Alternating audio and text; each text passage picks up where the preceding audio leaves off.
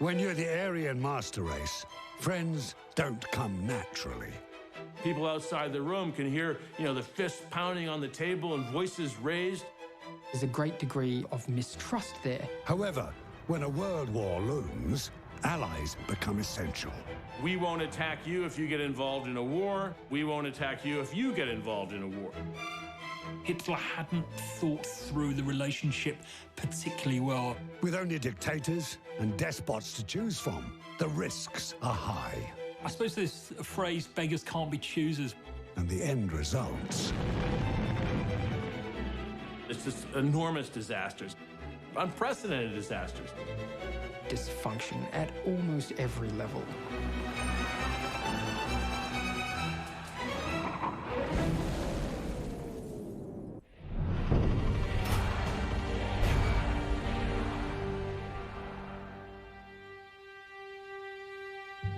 November 1918. Germany had just lost the war.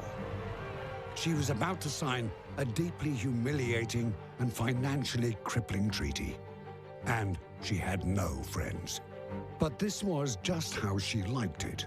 Or at least, the right-wing opportunists did.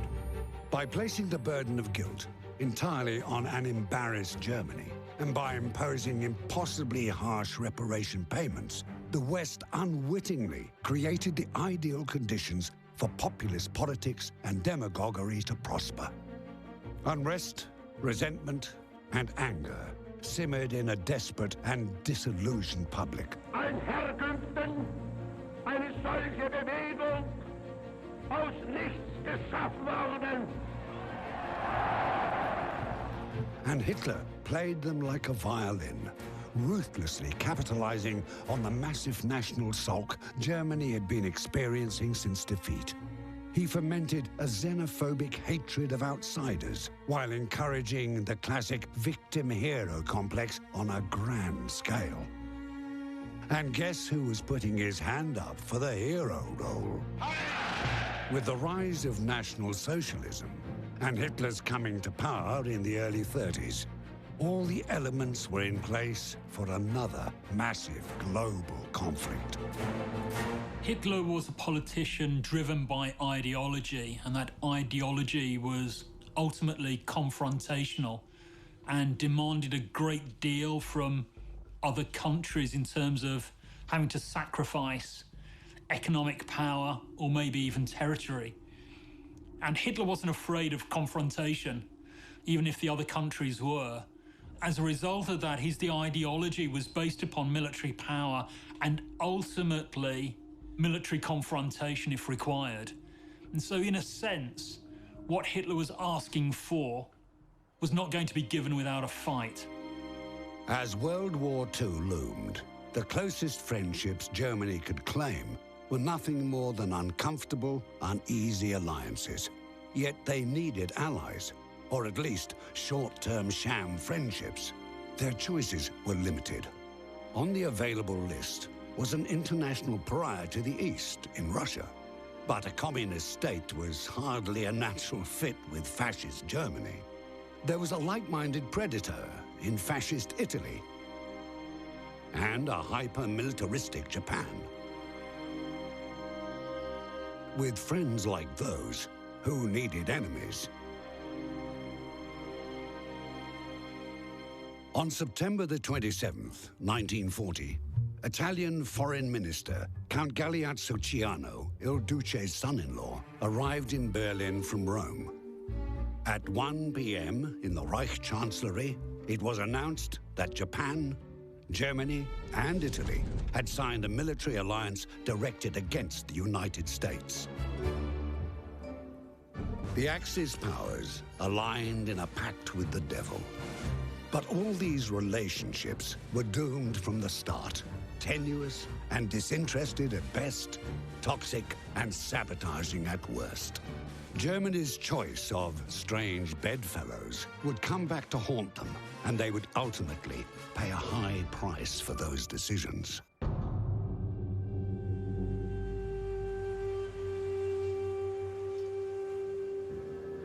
Dawn, June 22nd, 1941. German bombers are attacking Russian cities from Leningrad to Sevastopol. It marked the start of the largest military operation in the history of the world, Operation Barbarossa. It was also to become the bloodiest. But Russia and Germany were supposedly bound by a non-aggression pact. So how did it come to this? Welcome to a world of deceit and double-dealing between wartime friends. Germany and Russia had been building a secret tryst since the early 20s. Since they first began making eyes at each other, they were always going to make strange bedfellows. Since any military development had been prohibited by the Treaty of Versailles, Germany needed a place to begin rearming out of the prying eyes of the West. Soviet Russia was the perfect spot. In the early 1930s, there is actual military cooperation between the Soviets and the Germans. We have German officers going secretly to the Soviet Union, and they're subverting the constraints of the Treaty of Versailles, and they are testing weaponry, aircraft, and tanks that Germany is not allowed to have. The benefit for the Soviets is they're getting the virtue of this learning curve, they're getting the insight into how German staff work, and they are also taking photos of some of the pieces of equipment that the Germans are developing in those spaces. Implacable, ideological enemies. Neither side was ever comfortable with the relationship. But it was the Germans who did best out of the deal. It accounts for the fact that when Hitler rearms after taking power in 1933, he already has the basis for the reconfiguration of the Wehrmacht, the German armed forces, into into tank divisions, infantry divisions. He already has the basis for a big air force, the Luftwaffe. He's got the shape of the Kriegsmarine, the Nazi Navy, worked out. It's also good for the Russians. The Russians are poised to become what they are in 1949, the biggest mechanized military in the world, thanks in large part to the training and technology transfers given them by the Germans in the 1920s and 1930s.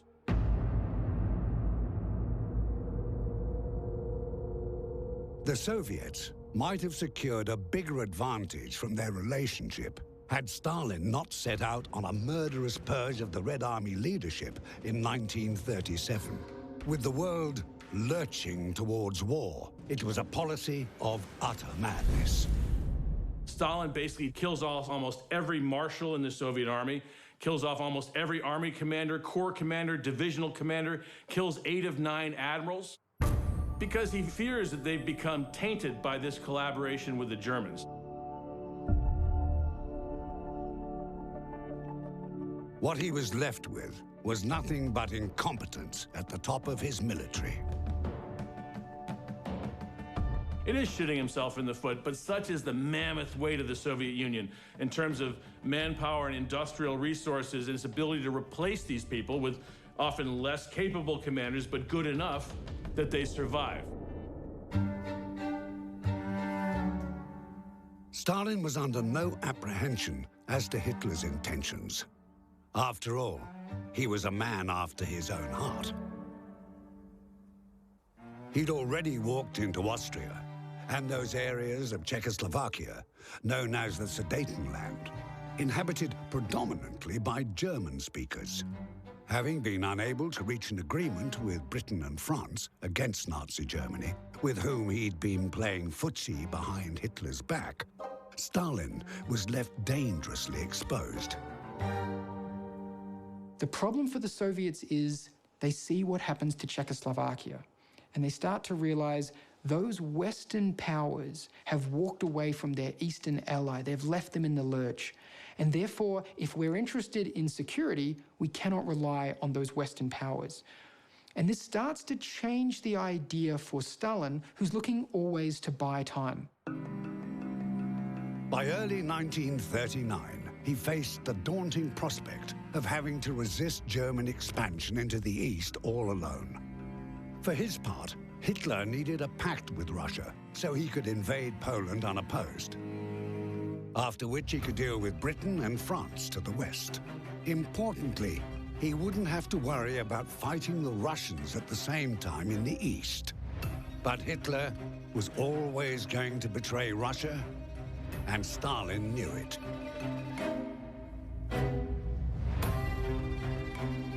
On May the 3rd, 1939, foreign ministers Molotov and Ribbentrop, with Stalin gravely looking on, signed a non-aggression pact between Russia and Germany.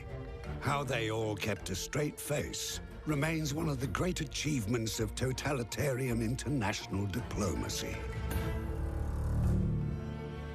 The Molotov-Ribbentrop Pact is going to buy the Soviet army more time to build weaponry, and it's also going to give the Soviet Union the opportunity to watch Germany fight against other capitalist powers and hopefully wear each other down over years.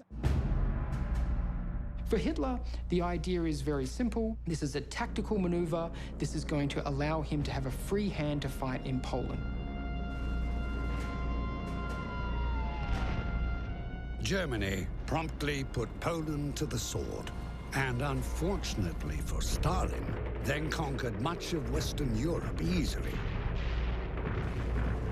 The inevitable eventually rolled around. Nazi Germany attacked Russia without warning in Operation Barbarossa. By June 1941, the agreement between Germany and Soviet Russia was dead and buried.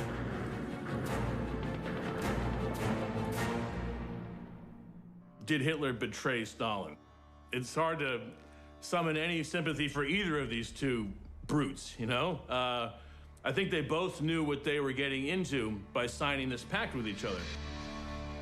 So they were both playing a very cynical game. It's just that Hitler broke the agreement first. Hitler had stabbed his partner in the back. Who in their right mind would ever trust the Nazis again?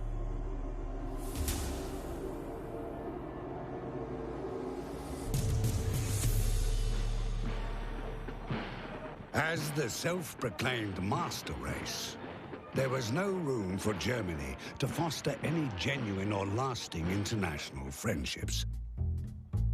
However, expedience ruled, and the most natural match for the Nazis was their fellow fascist European power, Italy.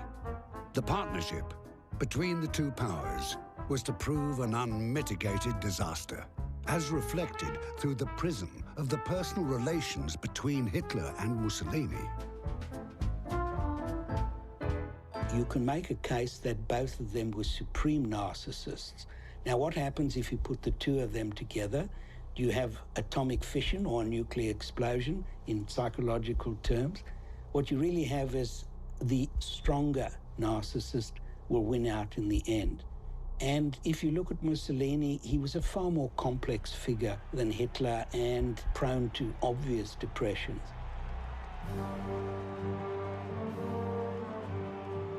Since 1925, the Italian people had been laboring under a fascist regime ruled over by Benito Mussolini, or Il Duce. Italian fascism was regarded as the original and the best, and very much the elder brother of Nazism.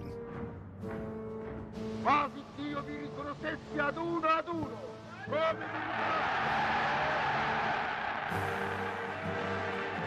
In 1922, when Mussolini led thousands of fascists and supporters into the Italian capital in his defining march on Rome, Hitler was hooked. Well, Hitler's an early and ardent admirer of Mussolini. Mussolini is first on the scene. He launches his fascist party before Hitler's Nazi party. He executes the March on Rome in 1922 and insinuates himself into the Italian government, appointed prime minister by the Italian king. He immediately embarks on the fascistization of Italy with big public buildings, parades, fascist monuments. Hitler is in awe of this. Hitler at the time sort of in love with Mussolini, and he emulates Mussolini. Over the coming years, the two despots continued to cozy up, with Mussolini even providing some financial support to the rising Nazi party. l'antigenerato, Und in diesen 13 Jahren documenterà al mondo aus Blut und Fleisch, maestria e la genialità dei vostri artigiani. It's no surprise that in private, Mussolini thought very little of Hitler. In fact, he considered him a socially awkward, galloping bore. And of course, as Mussolini had more than a touch of egomania about him, he maintained that Hitler's rise to the top was far less glorious than his own. He was the father of fascism, Hitler merely a progeny to his genius. And when Hitler came to power in 1933, Mussolini was quick to bask in reflected glory, claiming victory for himself and his own fascist ideology.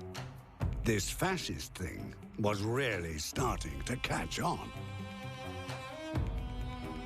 The first actual meeting between them in Venice in 1934 went very poorly. Hitler is completely upstaged by Mussolini, who arrives in fascist uniform and looks, very martial and severe, and Hitler shows up in sort of a baggy overcoat and a fedora hat. He hasn't adopted the Nazi uniform yet. And they're particularly exercised over the issue of Austria. Mussolini says, look, hands off Austria. It must remain independent. And Hitler and Mussolini get into this raging argument. People outside the room can hear, the fists pounding on the table and voices raised. They pretend to be good friends, but they're beginning to drift apart strategically. The meeting served as confirmation for both that neither man cared at all for the other.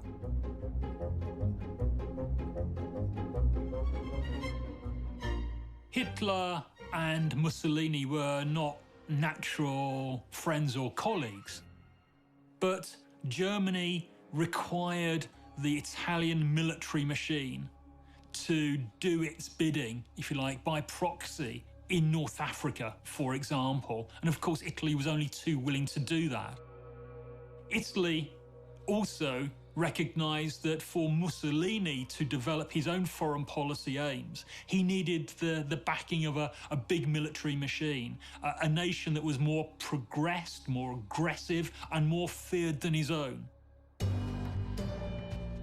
By 1936, Mussolini was talking it up, declaring that Nazi Germany and fascist Italy shared a common destiny, and that the relationship between the two was the axis around which Europe would evolve. On March the 3rd, 1938, the weirdness continued when Hitler arrived in Rome with enough pomp and ceremony to please any dictator. It was a wildly over-the-top welcome, including a whole new train station constructed just for the Nazis' arrival, and a new road for Hitler to be driven along, via Adolf Hitler. However, the King and the Vatican were decidedly cool towards him, and despite all the pageantry, Mussolini refused Hitler's offer of military alliance. The Italians were hedging their bets. Finally, the two reluctant friends came together and signed the Pact of Steel in 1939, formalizing the alliance with military provisions. Joined together by mutual self-interest, the two strong men of fascism view the results of their long struggle for dominance in Europe with unconcealed satisfaction. But Mussolini had already comprehensively failed Hitler with his never-ending vacillation and maddening uncertainty. His army was completely unprepared for war, underfunded, poorly equipped, with poor leadership and training to match. It didn't help that on the eve of war, Mussolini fired his chief of staff, with the dictator arrogantly taking on the role of micromanaging the military himself. On top of this, Italy was on the brink of bankruptcy. By any measure, a failing partnership. And the war had not even begun. Italy was a relatively weak country in terms of its economy, its society, and its its military state as well. Mussolini was desperately trying to raise the standard of living in Italy, was doing that very slowly. But like many nations and many leaders in history, they looked outside their own borders for a sense of power and gain that would perhaps unite the country around the leader and so provide great internal benefit. And that's where, of course, Hitler and Germany's aims came into play.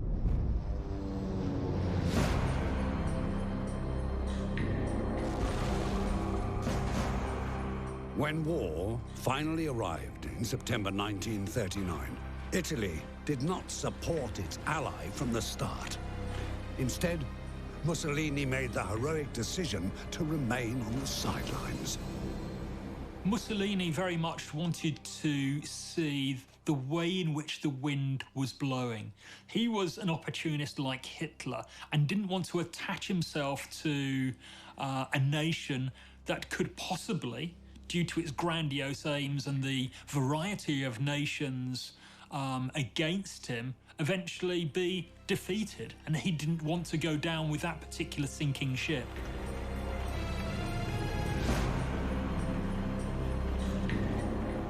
And then when it becomes very clear in the French campaign that Germany is going to succeed, Germany is going to conquer France, remarkable as that may seem, Mussolini is an opportunist, like so many of these guys, and sees the opportunity to be at that peace table and to get a slither of France, a part of France that he's always wanted.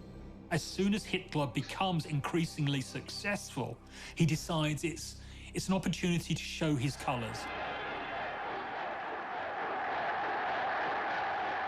Finally, Mussolini declares war on the Allies.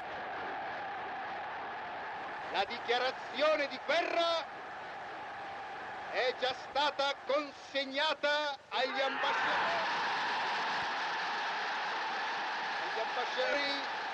di Gran Bretagna e di Francia. And straight away made a mess of things.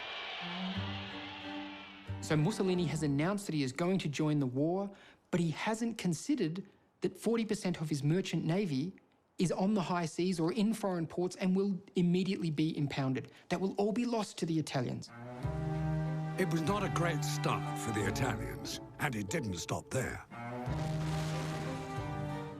One of the problems that the Italians have is that they're not made aware that the declaration of war on the Allies is coming. So Mussolini is not just fighting on the Italian-French border, there is now a new border between Italian-occupied Libya and the British possessions in Egypt. And one of the first maneuvers that takes place sees British forces instituting a short raid into Italian positions. So a large number of Italian prisoners take place in the initial days of this war, partly because those men don't know they're at war. To add to this, Hitler was keeping all his war plans secret from his allies, under the guise that it would spoil the surprise. Mussolini was not at all happy about his obvious relegation to junior partner in the affair. Childishly contrived a way to pay Hitler back, as he openly put it. Mussolini had wanted Romania, but Hitler had already moved in.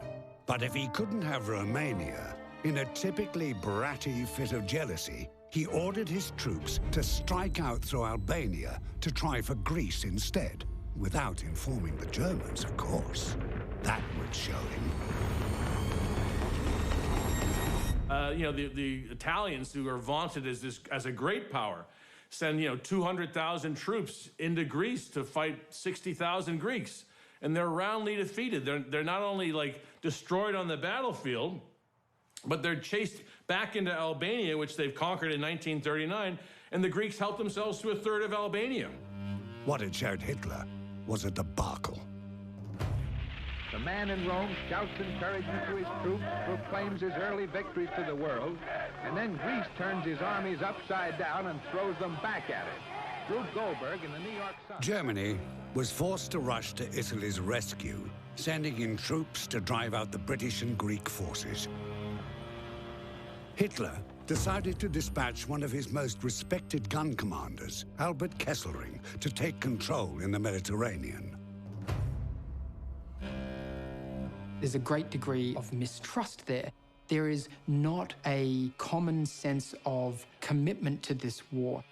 When Mussolini takes the decision to invade Greece, he doesn't tell Hitler. When Hitler takes the decision to invade the Soviet Union, he doesn't tell Mussolini. Now, if you had any kind of common cause, if you had any kind of common alliance, you'd be setting similar objectives and you'd be working toward those objectives. So when we talk about to what extent is there cooperation, at the most basic level, that cooperation is failing. Meanwhile, things were going south in North Africa for the Italians.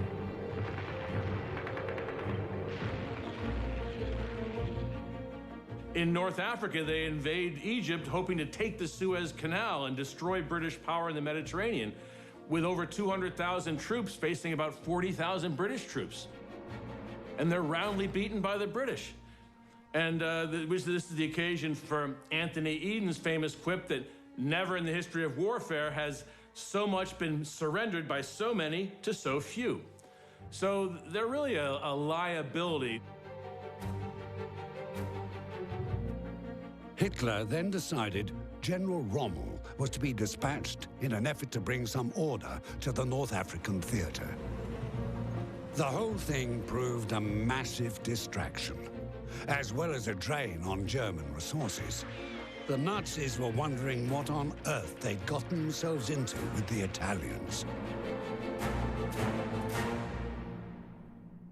The fact that Italy couldn't do that job on its own and eventually required increasing German resources was, of course, a great disadvantage to Adolf Hitler and Germany, because just at the time he was invading the Soviet Union and that campaign was developing, he was having to devote more resources. Unfortunately, the Italians didn't have enough strength, enough power, enough capability to win those battles themselves. And so the Germans find themselves drawn into theatres of war that were secondary to them in order to prop up their weak ally.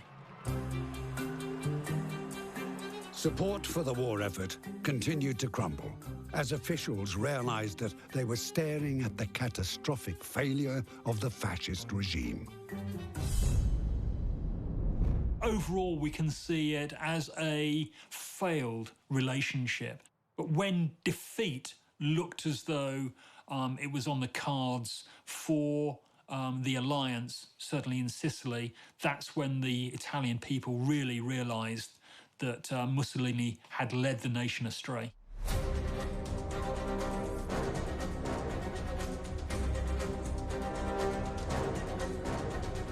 The Allies quickly took Sicily.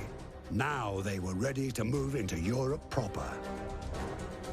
That invasion, therefore, made the Italian people think, if it's Sicily now, it's going to be the Italian mainland next, pushing into what Churchill called the soft underbelly of Europe. President Roosevelt warns Italy, quit the war now, and urges Italy to revolt against Il Duce. Mussolini came to the reluctant conclusion that the jig was up. The fall of Sicily was the final straw. Mussolini was arrested and imprisoned.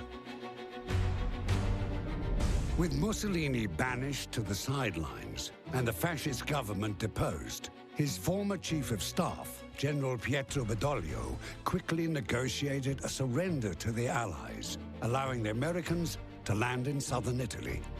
Turns out, the US was the friend they needed all along.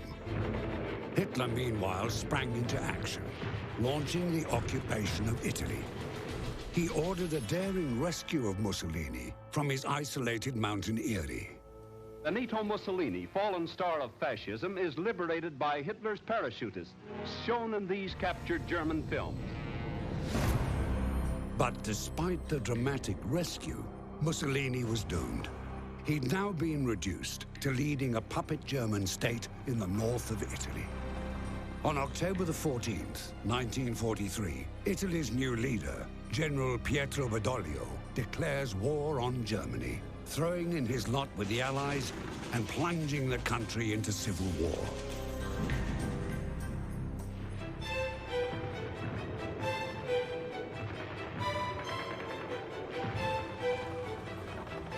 Italian troops finally cooperated with the Allies to drive the Germans out of Rome. Italy was at last feeling the winds of change, from tyranny to freedom.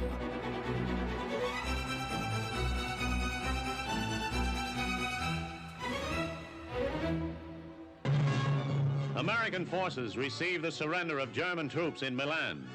The city controlled by Italian partisans. The Nazis held out in a hotel until... In April 1945, with the Allies on his doorstep and partisans on the warpath, Mussolini fled, disguised in a German uniform, trying for the Swiss border. But all that publicity he had craved backfired. His trademark bald head and deeply set jaw giving him away. He was recognized by partisans just a few miles from the border. He was so close to making it to freedom. Mussolini and his mistress, Clara Petacci, were shot to death before a firing squad near Lake Como. Together with other executed fascists, his body was hung out in the town square to be publicly humiliated and degraded.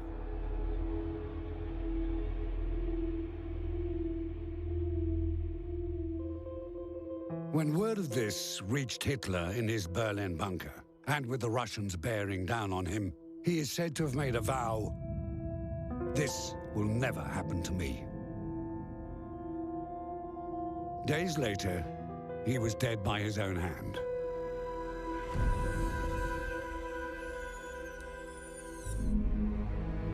Hitler's old frenemy had succeeded in one final and fatal influence. Fascist Italy had failed spectacularly, socially, militarily, and ideologically, and helped drag their German allies down with them.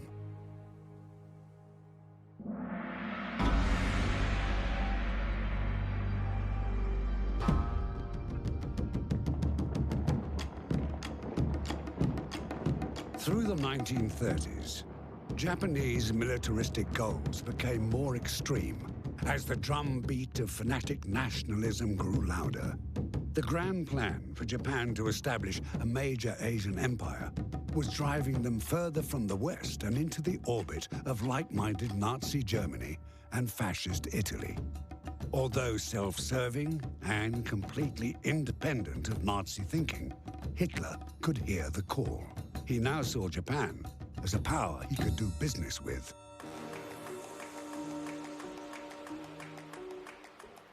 Well, the Anti-Comintern Pact was a pact signed by Nazi Germany and Imperial Japan in 1936, reflecting the fact that Hitler wanted an ideological document, not a mere military alliance, but an ideological document committing Germany and Japan against the threat of Bolshevism, against Soviet communism.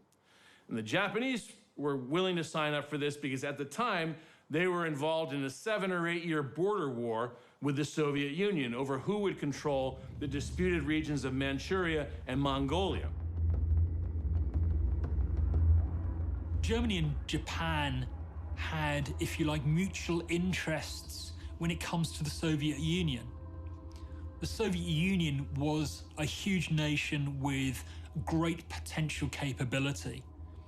And there is no way that the Germans could ever foresee themselves advancing across tens of thousands of miles. If Japan could attack in the east, put pressure on the Soviet Union in areas that Germany couldn't get to physically, there was a greater opportunity for Germany to bring the Soviet Union to its knees. But events were about to dictate that once again, Hitler could not rely on his friends, and they could not rely on him. And the ramifications were to decide the fate of nations. Japanese expansion into northeast China, bordering Soviet territory, had led to growing tensions.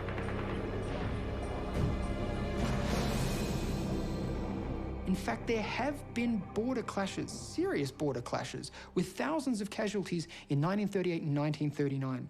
This is undeclared war between Japan and the Soviet Union.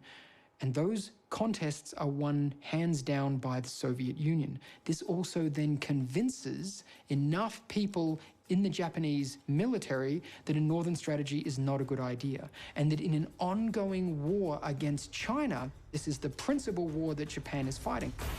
The Japanese had discovered the hard way that the Soviets were superior in numbers as well as in armaments, especially tanks.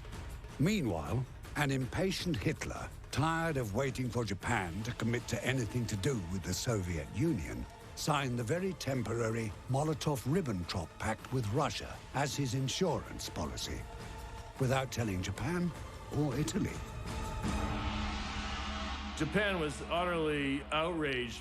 They saw this as a complete abandonment of the German-Japanese Anti-Comintern Pact of 1936, when they had resolved to fight together against the menace of Bolshevism. And now you have Hitler saying that he will take no position in a Soviet war elsewhere, that he will not aggress against the Soviet Union, thus basically setting the Japanese up for failure if the Soviets decide to sort of push this campaign in Mongolia and Manchuria.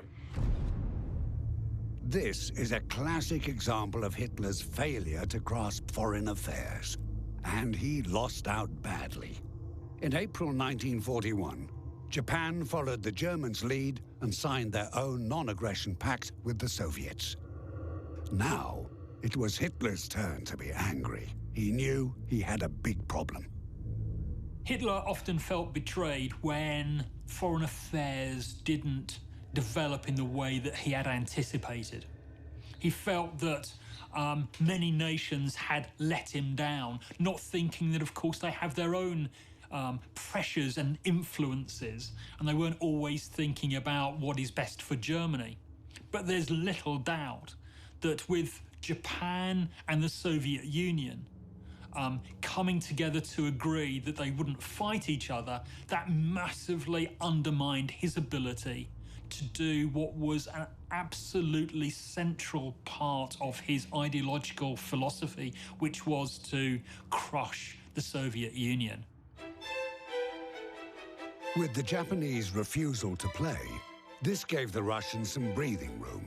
They could now be confident the Japanese would not come at them from the east. This allowed them to divert massive numbers of troops to the main game, the Battle of Moscow in September 1941. This was enough to prevent the advance of Germany, and it saved Russia from utter defeat. From here on, Japan and Germany would essentially be allied on paper only. The two powers would be, in reality, fighting two separate wars.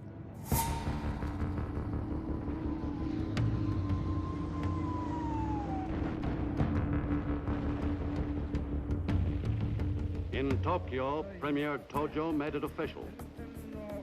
The imperial rescript declaring war has just been promulgated. Hitler had provided himself with so much to do in Europe and in North Africa that he couldn't think outside the realms of Europe.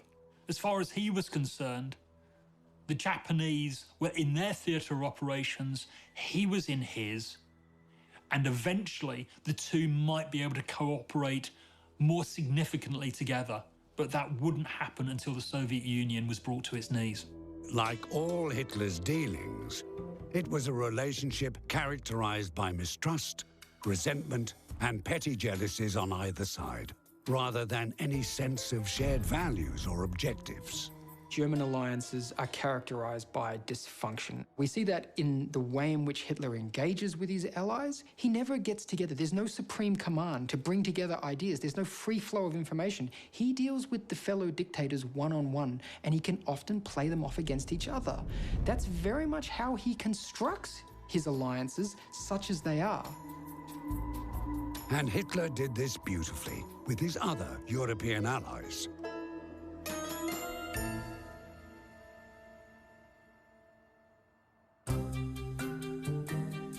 Apart from her so-called best friends, Germany kept strategic company with a number of smaller powers, mainly in East Central Europe, whom Hitler hoped would help him construct a strategic corridor to the east. One of the big points in the Eastern Front is the participation of the Romanians, which are one of the most important powers, and the Hungarians. But the Romanians and the Hungarians have a tremendous degree of antipathy between them. And Hitler's always able to talk about the post-war settlement. And he's always able to talk about whoever serves best in their contribution to the common war effort might just be the one who gets what they want in their own rivalries. In the end, Slovakia, Romania, Hungary, Bulgaria, Croatia, and Yugoslavia all joined the Axis powers, either willingly or very reluctantly. They signed for many different reasons: economic dependence on Germany, protection from the Soviets, or just outright fear of the Nazis. But it was a trade-off. Germany was the major power in the area. The smaller states provided their natural resources in exchange for Nazi military protection. This proved a drain on Hitler's troops and supplies, which could have been better employed elsewhere.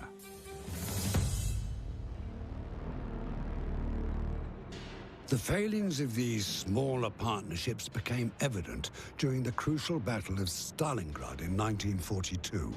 By August 23, the Germans were in the suburbs fighting the Russians amongst the rubble.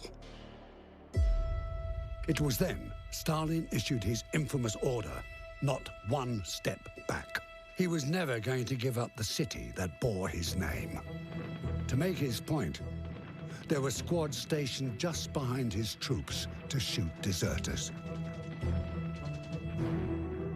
Meanwhile, Hitler desperately countered by ordering more and more men into the battle. Way more than they could afford. As the fighting reached fever pitch, the Russians came up with their masterstroke. They proposed a massive double encirclement of the entire German Sixth Army. Another disastrous failure of Hitler's alliances was about to play out. Germany always had to look at how it used troops from other countries because they never quite matched the professionalism and the capability of their own homegrown troops. And as a result of that, they were often used as what we'd call lines of communication troops, those that weren't necessarily doing the fighting, but were doing the supporting of the fighting, or they were used to hold the flanks.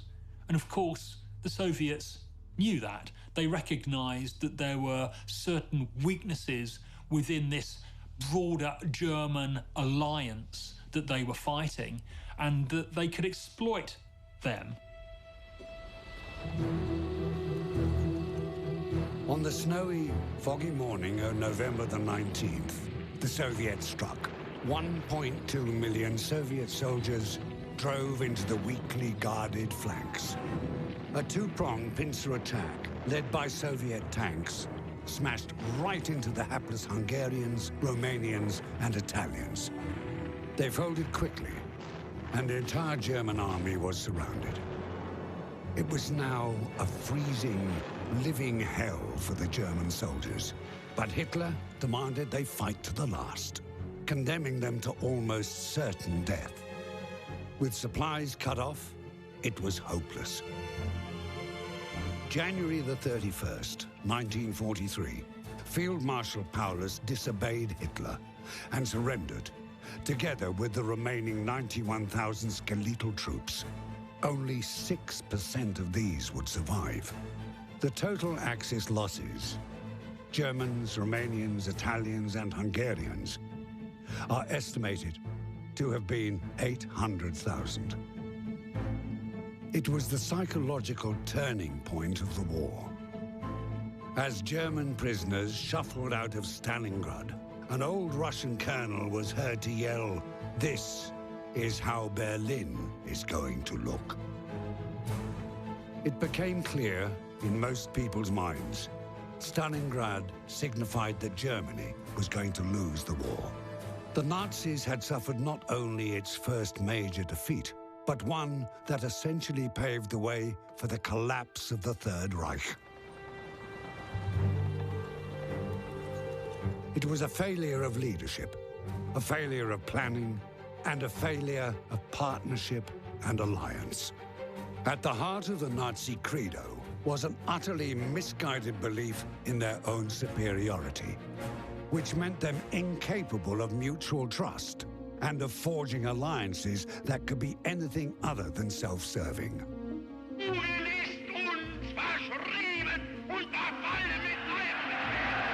But Germany, Italy, and Japan all failed each other and their people. And so, they failed to win the war.